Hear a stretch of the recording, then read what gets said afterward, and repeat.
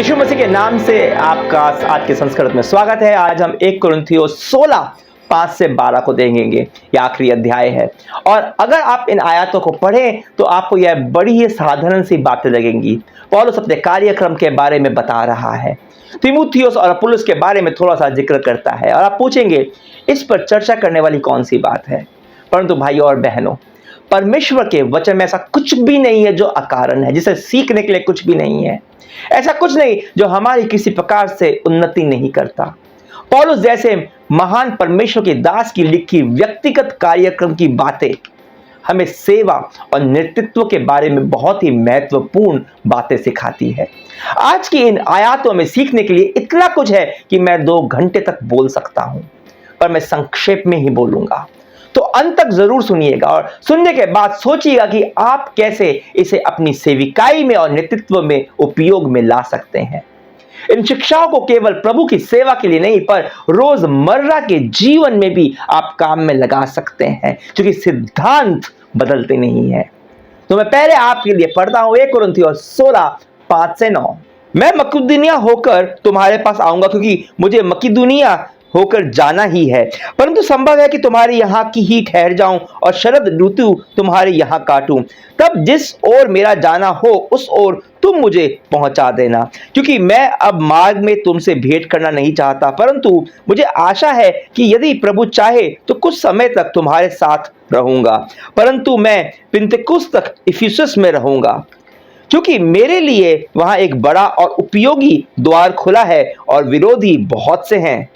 पौलुस कहता है कि मुझे मकिदुनिया जाना ही है, वहां से होकर तुम्हारे पास आ जाऊंगा, फिर हो सकता है शरद ऋतु तक तुम्हारे पास रुकूं, पिन्तेकुस्त तक इफिसुस में रहूंगा।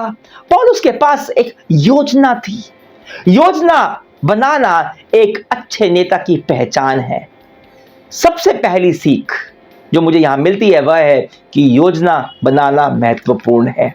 योजना हमारे जीवन में एक मानचित्र की तरह है, जो हमें यह बताती है कि हम अभी यहां हैं और कल हम कहां होंगे या हमें क्या करना है, कहां जाना है। बिना योजना के जीवन में आप केवल भटकते रहेंगे, एक प्रभावहीन जीवन गुजारेंगे। बिना योजना के आप परिस्थिति के गुलाम बन जाएंगे। एक बिन पतवार की नाव जो दो धक्का खाती रहती है लहरों के साथ, हवा के साथ, और एक दिन टूट के बिखर जाती है। पौलुस के पास हमेशा योजना होती थी। वह यह जानता था कि वो कल क्या करने वाला, परंतु वह यह भी जानता था कि उसकी योजना से बढ़कर परमेश्वर की योजना है।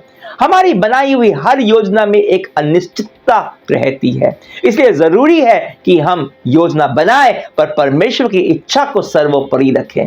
ध्यान दीजिए 7 आयत में वे कहता है यदि प्रभु चाहे। यदि प्रभु चाहे हमें योजना बनानी चाहिए, पर साथ ही परमेश्वर के मार्गदर्शन और उसकी इच्छा के अधीन रहकर, क्योंकि हम उसका काम कर रहे हैं, खुद का नहीं। सेवा उसकी है, हमारी नहीं। तो योजना बनाए परमेश्वर की योजना को ध्यान में रखते हुए। योजना के अंदर लचीलापन होना चाहिए। दूसरी सीख जो मुझे यहां दिखाई पड़ती है वह है साफ सहभागिता का महत्व। एक अगुवे की मसीह की देह कलीसिया में वास्तविक संगति और संबंधों के निर्माण की अभिलाषा। 7 आयत में पौलुस कहता है परंतु संभव है कि तुम्हारे यहां ही ठहर जाऊं और शरद ऋतु तुम्हारे यहां काटूं।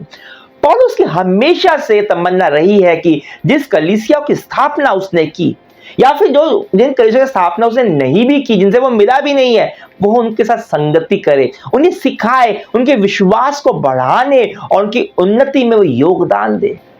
किसी भी अगुवे की प्राथमिकता यही होती है कि वह और अगुवों को प्रशिक्षित करे, और यह सहभागिता और संगति के माध्यम से ही होता है। तीसरी बात भी इसी आयत में है, तब जिस ओर मेरा जाना हो उस ओर तुम मुझे पहुंचा दो, तुम मुझे पहुंचा देना। पौलुस अपनी निर्भरता कुरिन्थियों की जो मंडली है उस पर दिखाता है। पौलुस खुद से कहीं पर भी जाने में सक्षम था, उसने इतनी यात्रा की, पर वो यह कहता है कि मैं तुम पर निर्भर हूं। जिस ओर मेरा जाना हो उस ओर तुम मुझे पहुंचा देना, तुम मुझे पहुंचा देना।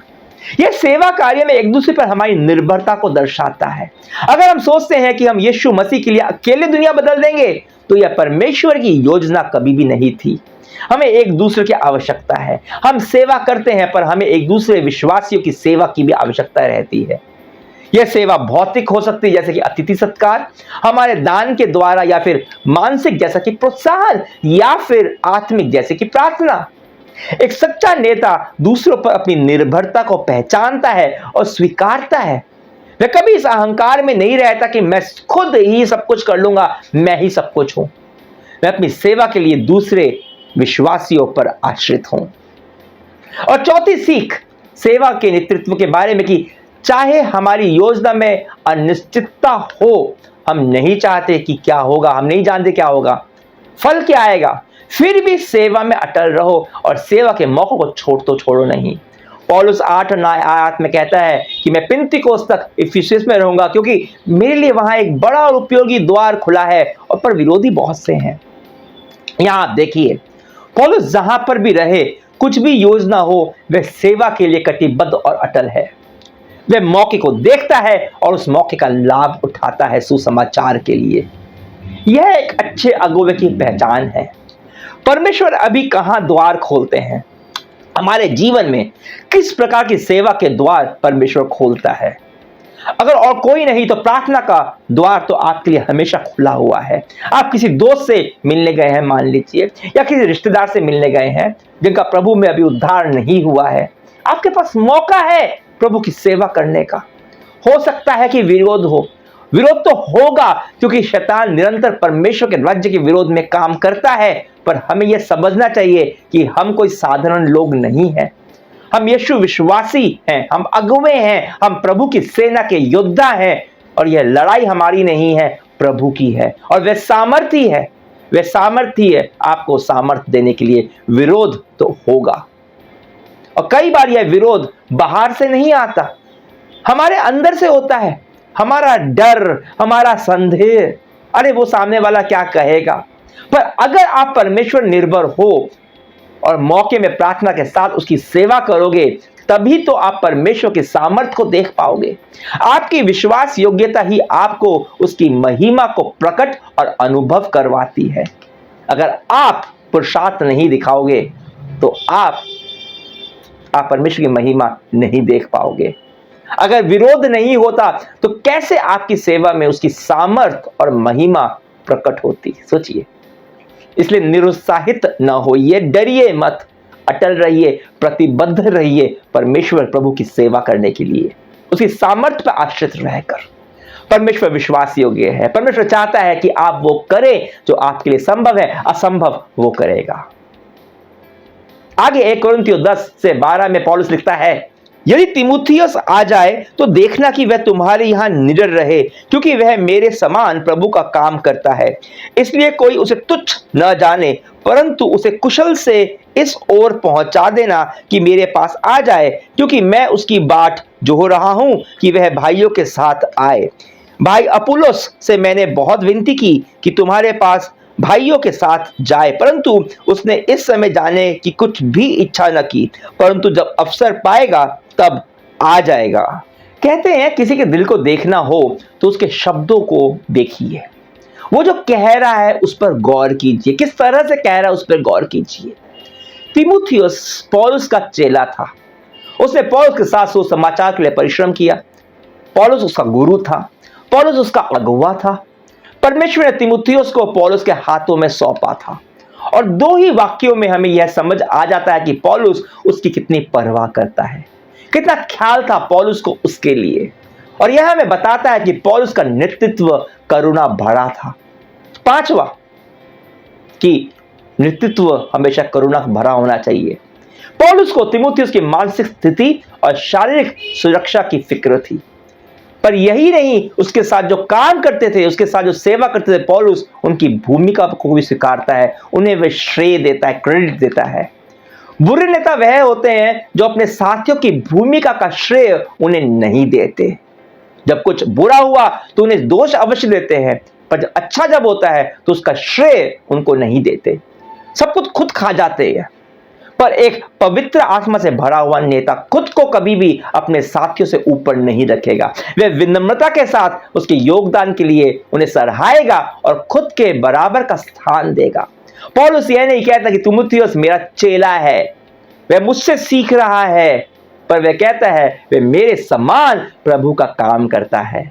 और इतना ही नहीं, पौलुस यह भी चाहता है कि कुरिन्थियों की मंडली में उसे भी वैसा ही मान सम्मान मिले जैसा उसे मिलता है। तीमुथियुस जवान था। पौलुस जानता था कि कुरिन्थियों की मंडली में उसकी उम्र के कारण हो सकता है कि वे उसे तुच्छ जाने, पर पौलुस उनसे कहता है कि कोई उसे तुच्छ न जाने। पौलुस उन्हें यह भी बता देता है कि तीमुथियुस की सेविकाई उसके लिए कितनी महत्वपूर्ण है, क्योंकि मैं उसकी बाट जो रहा हूं, वह मेरे लिए महत्वपूर्ण है, इसलिए तुम उसे उचित सम्मान दो। क्या जो आपके साथ काम करते हैं, चाहे वे आपके अधीन ही क्यों ना हो, क्या आप उनके योगदान के लिए कृतज्ञ हो? क्या आप उनकी परवाह करते हो, उन्हें उचित सम्मान देते हो? पर यही नहीं, एक और बात जो हमें दिखाई देती है, वह कुरिन्थ की मंडली पर उनके सहयोग के लिए भरोसा करता है। उसे कुशल से इस ओर पहुंचा देना कि मेरे पास आ जाए कि तुम लोगों उसे पहुंचा देना, तुम लोग उसे पहुंचा देना, मैं तुम पर भरोसा करता हूं, तुम मेरे लिए महत्वपूर्ण हो, मुझे तो लोगों की जरूरत है। यहां पौलुस को विनम्रता दिखाई पड़ती है, वही उसकी विनम्रता 12 आयात में भी दिखाई पड़ती है। वह कहता है, भाई अपुल्लोस से मैंने बहुत विनती की कि तुम्हारे पास भाइयों के साथ जाए। इस एक वाक्य से मुझे समझ में आता है कि दूसरे अगुवों के लिए पौलुस के मन में कितना सम्मान था, वह कितना विनम्र था। एक अच्छे नेता का गुण होता है विनम्रता और दूसरों के लिए सम्मान। आपको याद होगा कुरिन्थियों मंडली में अपुल्लोस के नाम का भी एक गुट था। वह एक करिश्माई व्यक्तित्व का स्वामी था, बहुत बढ़िया वक्ता था और उसकी प्रसिद्धि शायद से पौलुस से अधिक रही होगी, पर पौलुस के हृदय में उसके लिए किसी प्रकार की कोई प्रतिस्पर्धा की भावना नहीं थी। वह जानता था कि परमेश्वर ने दोनों को अलग अलग वरदान दिए हैं और वह सब कलीसिया के उन्नति के लिए है। जैसे उसकी खुद की सेविकाई महत्वपूर्ण है, वैसे ही अपुल्लोस कोई भी है। बस पौलुस का एक ही उद्देश्य था कि कलीसिया की उन्नति हो, वह प्रभु में बढ़े, उसकी प्रेम में बढ़े। तो पौलुस का वह कौन सा गुण है जो आपको सबसे अच्छा लगा और आप भी चाहते हैं कि वो गुण आपके अंदर भी हो? कमेंट्स में लिखकर मुझे बताइए। आशा करता हूं कि आपको वचन से आशीष मिली होगी। परमेश्वर के वचन के लिए लाइक जरूर करें और इस संदेश को अधिक से अधिक शेयर भी करें। अगर आप चैनल पर नए हैं तो सब्सक्राइब कर बेल आइकन जरूर दबाएं ताकि आपको सारे संदेश मिलते रहें। और अगर कोई सवाल है जो आप मुझसे पूछना चाहते हैं तो यह रहा मेरा व्हाट्सएप नंबर, आप मुझे मैसेज कर पूछ सकते हैं, अवश्य ही जवाब दूंगा। तो कल फिर मिलते हैं और साथ मिलकर हम 1 कुरिन्थियों के आखिरी अध्याय के आखिरी आयतों को देखेंगे। यीशु मसीह का अनुग्रह, पिता परमेश्वर का प्रेम और पवित्र आत्मा की संगति आपके साथ बनी रहे हमेशा के लिए। आमीन।